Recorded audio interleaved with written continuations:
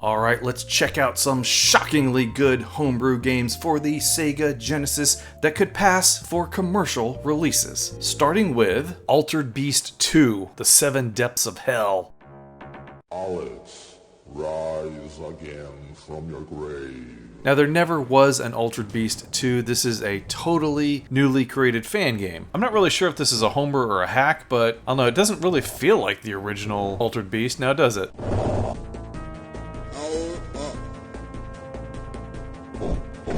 I like how we've got those skulls and, I don't know, bodies in the foreground there. That's kind of cool. And we got some parallax scrolling there in the background, and some nice looking graphics. I like the way that those mausoleums break up when he kicks them. And then here's your powered up character. The game's very dark though, I notice. I guess it's set at nighttime.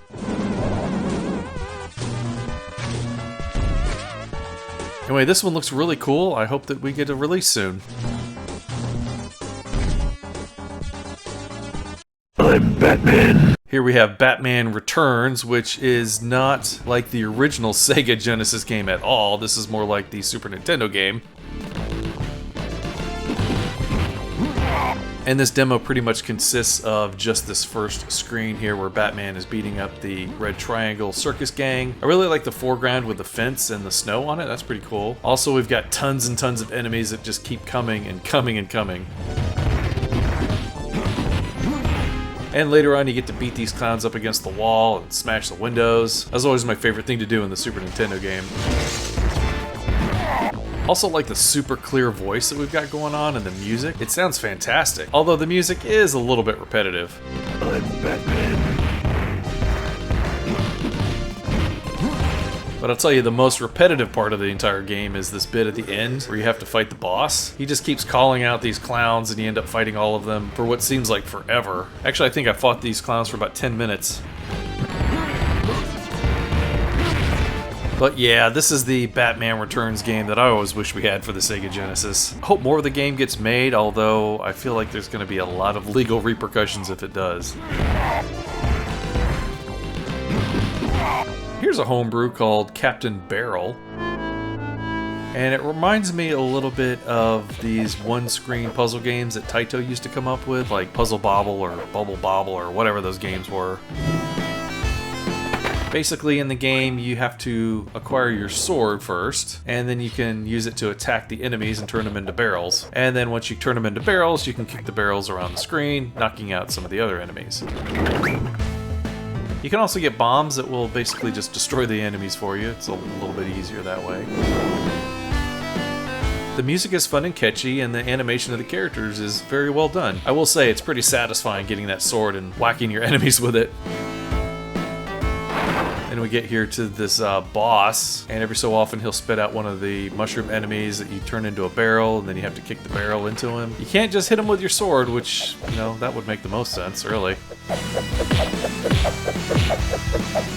This is a fun little game with some great action, sound, and graphics. I was kind of digging it up until it just randomly quit on me. I guess I reached the end of the demo. Here's Mega Castlevania 4. And as you can clearly see, this is a port of Super Castlevania from the Super Nintendo. And so far, I gotta say, this looks amazing. We've got multiple layers of parallax, highly detailed graphics, and even some animated tiles there, like the foliage there that's pulsating. That's kind of cool.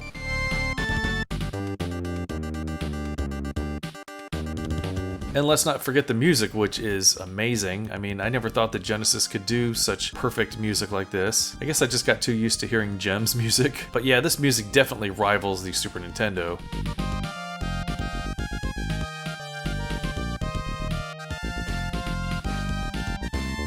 This one seems a little bit early, but I do look forward to seeing more from this game because it just looks awesome.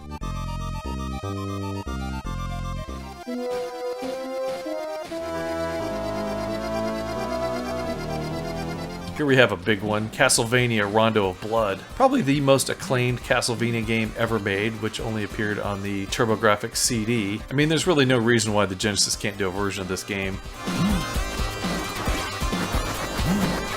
But it looks to be very faithful to the original game, with some very detailed visuals and some great music.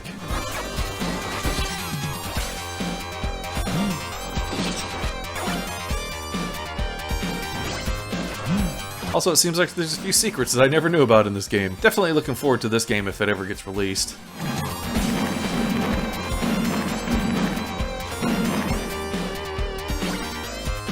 Alright, our Castlevania smorgasbord continues with a port of Castlevania Symphony of the Night. Of the 3 games, I think this one has the most detailed graphics. I especially like the animation in your character, and the music is pretty nice too. I don't think this one's been worked on for quite a long time, so I really wouldn't expect this one to come out anytime soon. Still looks pretty amazing though.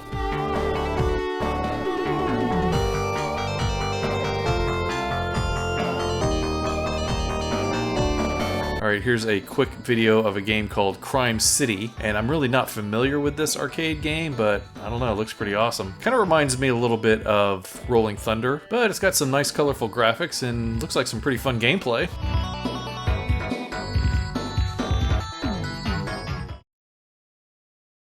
Here's a game called The Cursed Legacy, and you can start out by playing either the story, the run and gun, the exploration, or the mini-games. Here's one of the mini-games. It's kind of like a Doom clone. This looks really impressive, especially like the giant hands on the screen.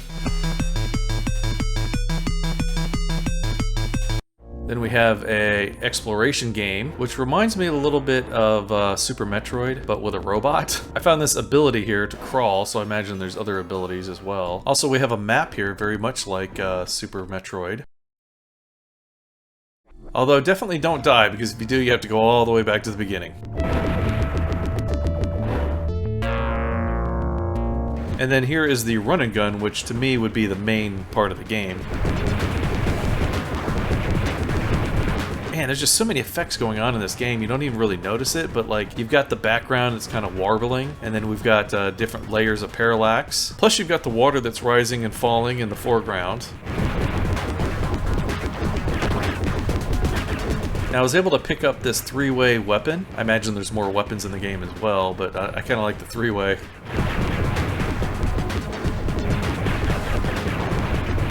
Some of the enemies are wearing armor, which makes it a little bit more difficult to blast them. So I wasn't able to get to the boss or anything like that, but I gotta say, I'm really loving this game.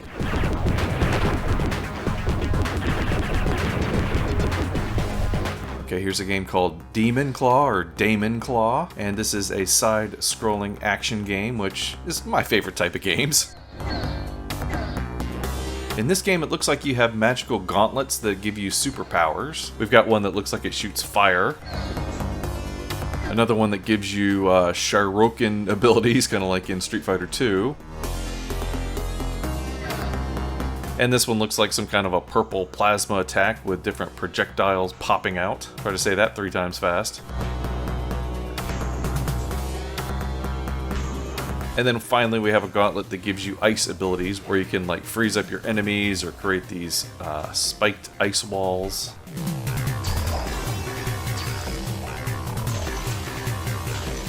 I love the detailed graphics in this one. It seems pretty incredible that this game is on the Genesis.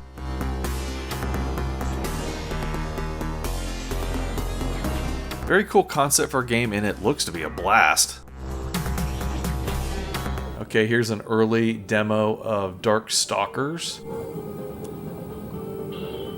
And this looks pretty cool. I love the animation of the characters here. Also, this one guy is huge. Makes me wonder, what is the size limit of Sega Genesis sprites anyway? This one looks pretty early, although it's got some nice graphics in the background. No line scrolling on the ground yet, though. But if you like Darkstalkers, this is definitely something to look forward to.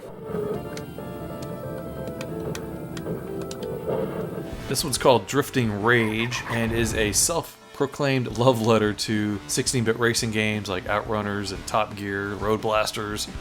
Now it looks like you can choose between different cars and even some motorcycles, and there also appears to be a number of different tracks to choose from.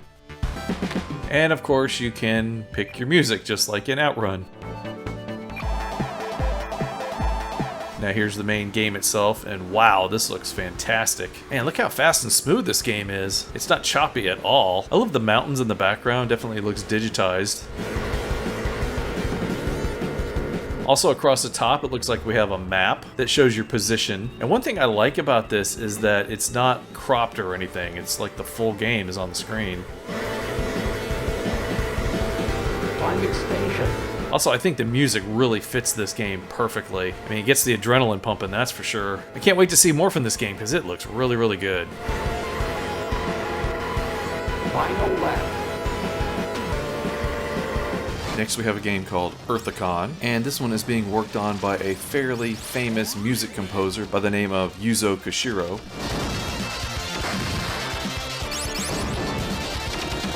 You probably heard some of his musical compositions from games such as, oh, I don't know, Streets of Rage, Streets of Rage 2, Streets of Rage 3, and of course, Bosconian.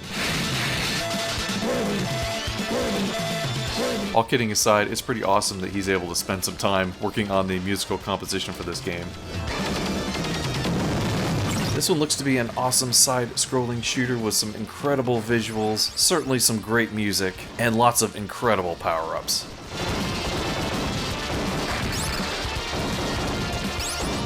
And it looks like we got some pretty cool special effects. I mean, check out how these enemies zoom around the boss like this.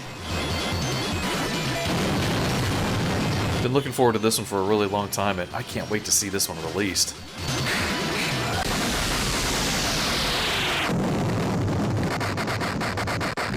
Next we have Final Fight MD. As you probably know, this is a side-scrolling brawling game where you can choose between 3 different characters, Guy, Cody, and Hagar. Of course, that's one more character than what the Super Nintendo could do at a time. I guess that's that blast processing in action there, huh? What I really like about this game is how fast the action is, especially when you have multiple enemies on screen at once. I don't think the Super Nintendo could do quite as many. Also, I want to say that the graphics here are more detailed than the Super Nintendo game. Just seems like they put a lot more care and effort into this one than Capcom did for the Super Nintendo game. Now, of course, there is a Sega CD version of the game, and it's really, really good, but I feel like this game is going to surpass it. Maybe not in the music, because that's Redbook audio on the CD, but definitely in the gameplay and visuals department. I mean, just look at how vibrant and colorful the game is. It's pretty awesome. A couple things that I noticed. One, Poison is wearing her original costume from the arcade. Also, if you hit somebody with a knife, then you're going to see some blood splatter, which, again, I don't think was in the Super Nintendo game. Other than a little bit of flickering here and there on some of the characters, this game is shaping up to be like one of the most perfect home ports of Final Fight ever made. Can't wait to play through the whole thing.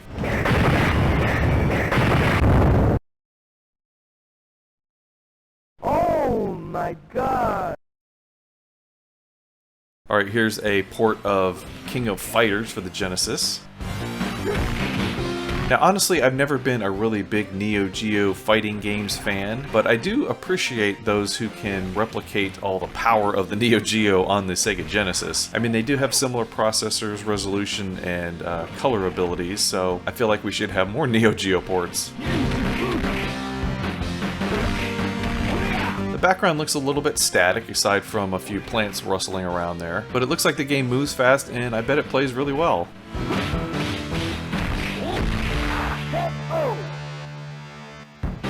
Here's one called Cito,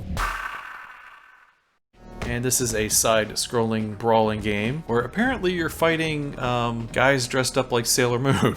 I don't understand the point of that. This one's got some more cartoony visuals than some of the other games on this list, which I don't hate. I mean, it still looks pretty cool. Now, if you double tap left or right, you'll run really fast, and you can also use that to punch your enemies. Or, as I learned much later in the game, if you double tap up and down, you'll do a roll, which will help you avoid getting beat up. If you press B and C together, you'll do an elbow smash, and if you press A, you'll be able to power up your strength. The punching feels really good, although I don't know why he's wearing boxing gloves, but I think the grabbing, I don't know, just feels a little bit too floaty, and your character seems to want to grab way more often than he wants to punch.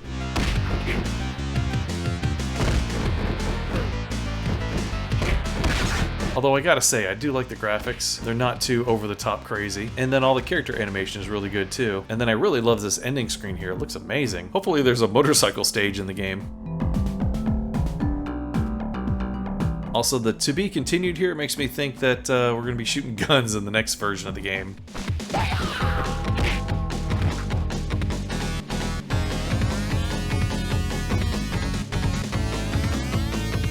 Alright, here's one that I've been waiting for many years, and that is R-Type. How R-Type never appeared on the Genesis, I'll never know, because it's on the Master System, and it's also on the TurboGrafx 16. I mean, this looks pretty much identical to the arcade. Also, we have quite a few different options here to choose from. You can have infinite player lives, which also means you can't be destroyed by bullets. You can pick your stage, you can pick your ship type, you can choose your background music, or your respawn type if you want to respawn immediately, or if you want to go back to the beginning of the stage like in the arcade. Also, you can choose your play area, which can be either full screen, or you could have it scroll like it does in the TurboGrafx 16 game. One thing I did notice is that your orb weapon behaves a little bit differently than it does in the arcade. For example here, when I try to shoot this first boss, normally what I do is I shoot it right into the creature there in the center, and then I just keep shooting it while I move my ship kind of up to the top of the screen. But it seems like my orb weapon wants to go upwards as well. That makes it feel just a little bit different. Also, we have this second stage here, which is nothing like the original arcade game. Although, I don't know, maybe this is a stage way further in the arcade that I've never gotten to? That's possible. And then we have this stage here, which I think is in the arcade. I'm pretty sure it is. And this stage was actually pretty easy because I was able to get my orb weapon in there and just keep hammering the boss.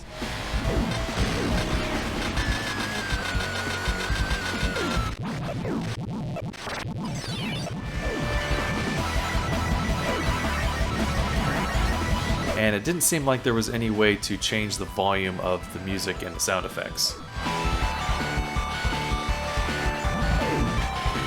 But other than that, this is a fantastic port of R-Type. I just hope we get some of the other stages, especially the third stage, you know, where you have that ship that you have to destroy. That's my favorite one.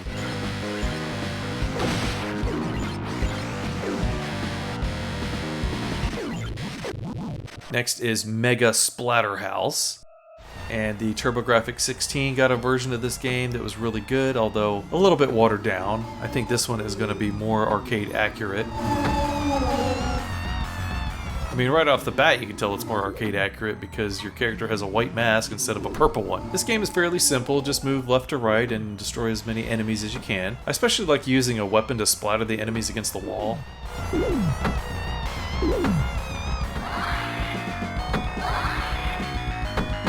Here's the first boss battle. I just keep randomly kicking everywhere, and then there's that one last creature that comes out to try to hit you. Oh, he almost got me. And then picking up the meat cleaver, that's always enjoyable. Just slicing him in half like that, it's awesome.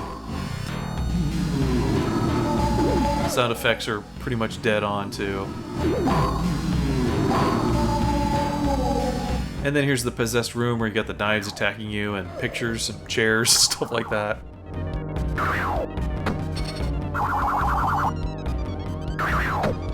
And then that's pretty much the end of the demo. I look forward to seeing more of this game because I was actually doing pretty good for a change.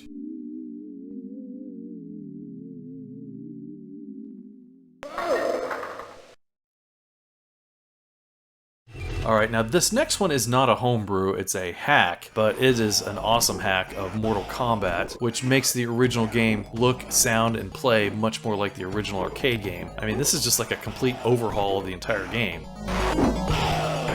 Right off the bat, you can go down to the dip switches and make changes to all the settings in the game. And then look at how much more detailed the character select screen is. I mean, the original game is just missing huge bits of detail in the background, like Sub-Zero, Liu Kang, Sonya, and Scorpion don't have nearly as much detail, so this is definitely fixed. Scorpion. Also, the animation of Sub-Zero and Scorpion is different now. That's nice. I mean, but that's only the start. I mean, the graphics are much more detailed. There's a lot more sound effects. There's a lot more voice. And believe it or not, the hits feel even more bone-crushing than the original version of this game. Scorpion wins. This courtyard stage has the fire burning on the columns there on the left. Also, the Buddha is not quite in the same position as it is in the original version of the game. And also, there's mountains in the background, so, you know, there's quite a few differences in the graphics. Here in the statue stage, we've got a moon in the background, unlike the original version of the game. Not to mention, it seems a little bit darker, too. And then the throne room with Shang Tsung sitting in the background looks much better. He actually will turn his head and look at you as you move through the stage, and then he'll clap when the match is over. And then here's a big one. In Goro's lair, the ground is actually detailed. I mean, the original game, it was just a bunch of dots on the ground. This looks way, way better. But my favorite has got to be the pit stage. It is just so much more bloody and gory than the original version of this game. I mean, there's blood all over the spikes. You got a few spiked heads on the bottom. There's like a dead body on the side of that column there. I mean, it just looks way, way better. One thing I didn't care for, though, is after the battle with Goro, of course you fight Shang Tsung, but then once you defeat him, suddenly Ermac comes out and you gotta defeat him. Well, good luck with that, because I can't beat Ermac at all. I thought I had it set to very easy, but Ermac kicked my butt.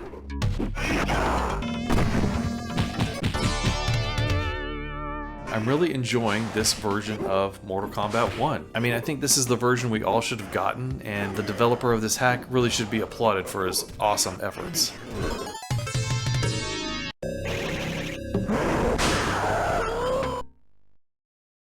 Here we have P47-2, and I understand that this game was originally going to be released for the Genesis back in the day, but it got canceled for whatever reason. And as you can see, it's a side-scrolling shooter with, I guess, a P47 as your main fighter. The graphics look very bright and colorful, which is nice considering it's on the Genesis. The system has a bit of a bad rap in the color department, but this one definitely makes the Genesis look good.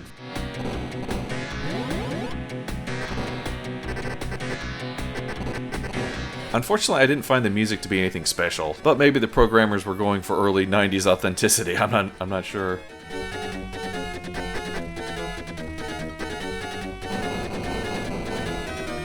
But it looks like we have a number of power-ups that you can use. We've got one where you can shoot multiple bullets on the screen. Looks like you can get yourself a shield, and apparently you can drop bombs. And then check out this giant boss here. This is nice. Looks like you have to take out the propellers first, and then use your bombs to weaken it. And then we have some submarines that you have to destroy here. Why they would come up to the surface, I have no idea. Anyway, this looks like a really great and fun game with some pretty cool weapons and bosses. And if you like shooters, you might want to check this one out.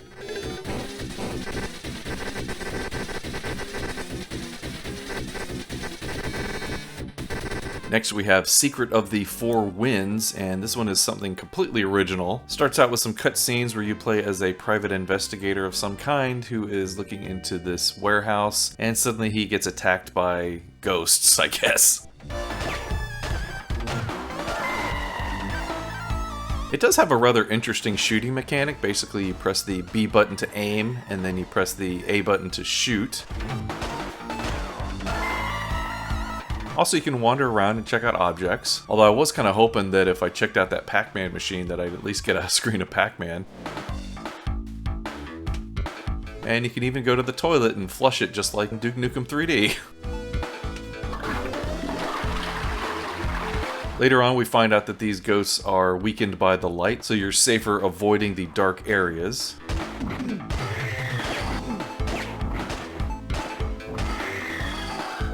Kind of backed myself into a corner here. I got swarmed by a bunch of these things. But I did manage to escape, and I found the ugly, pulsating, disgusting boss here. And I think I was pretty close to taking him out, except for this guy showed up and saved me. I didn't need to be saved.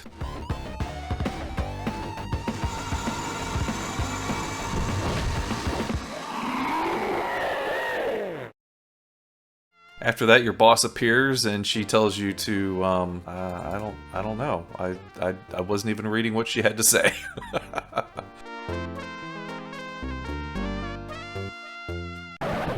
Finally, the title screen appears and you are left to your own devices to figure out what to do next. I don't know, maybe a directional arrow would be a nice way to tell players which way they need to go. There could be a map too, I don't know, I didn't push all the buttons. But yeah, this looks like a very interesting story-based action game.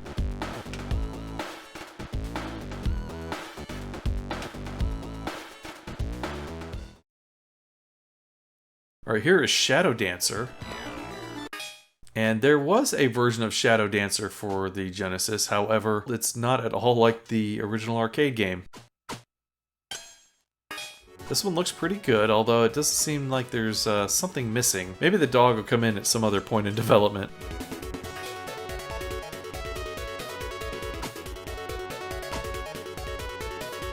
I like this stage here with all the busted up cars. That looks nice. This one looks pretty early, but I think it'd be really nice to have an arcade accurate port of this game.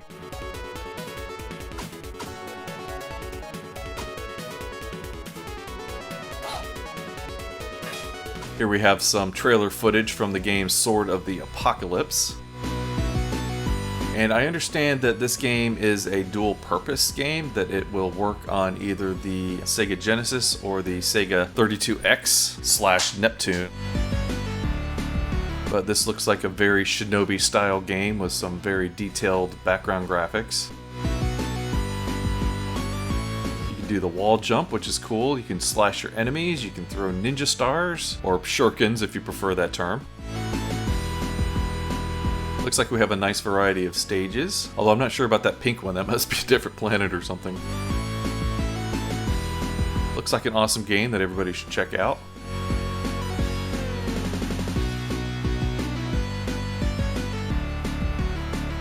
Here's a port of the Three Stooges computer game, which also did see a version on the original Nintendo. Now you play as the Three Stooges, Moe, Larry, and Curly on a quest to save an orphanage. And to do that, you want to pick a random job that appears at the top of the screen, and the better you do the job, the more money you'll make for the orphanage. If you're lucky, you'll get the $, which means you can just go pick up some free money sitting on the street. I mean, where on earth does that ever happen?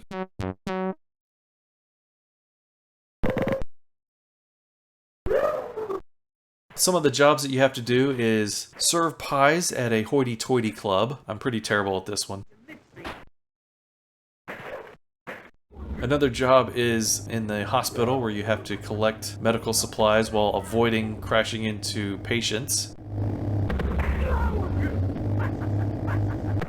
But probably the most famous job is the boxing one, where really what you're supposed to do is run down the street as Larry to collect a radio that's playing Pop Goes the Weasel so that Curly can defeat his boxing opponent. But that part of the game is not included. I guess it's still in development. Oh, my Castlevania! Also, the oyster eating contest is not in the game either. Hopefully that one appears soon too. Oh! Stick around, learn something. And I love this part here where you get to smack Curly and Larry around. I've never been able to figure this out really, but it's always fun smacking them around and hearing all the voices. I know a lot of people don't care for this game, but I've always kind of thought it was cool. I guess any game with the Three Stooges in it is going to be good for me.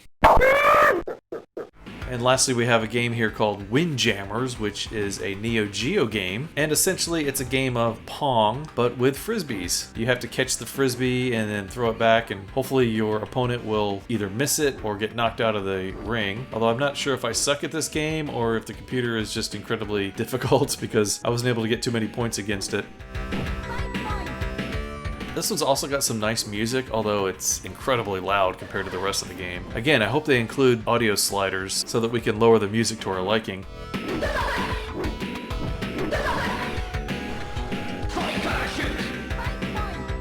I'm always trying to angle the frisbee down to the bottom so that my opponent can't get it, but she always does. Anyway, I hope the developer creates an easy mode because I'm not able to get too far in this game. It's still pretty fun though, and I really like the idea of the game and the graphics and the music, and everything's fantastic about it. Well, except for the difficulty level, that is.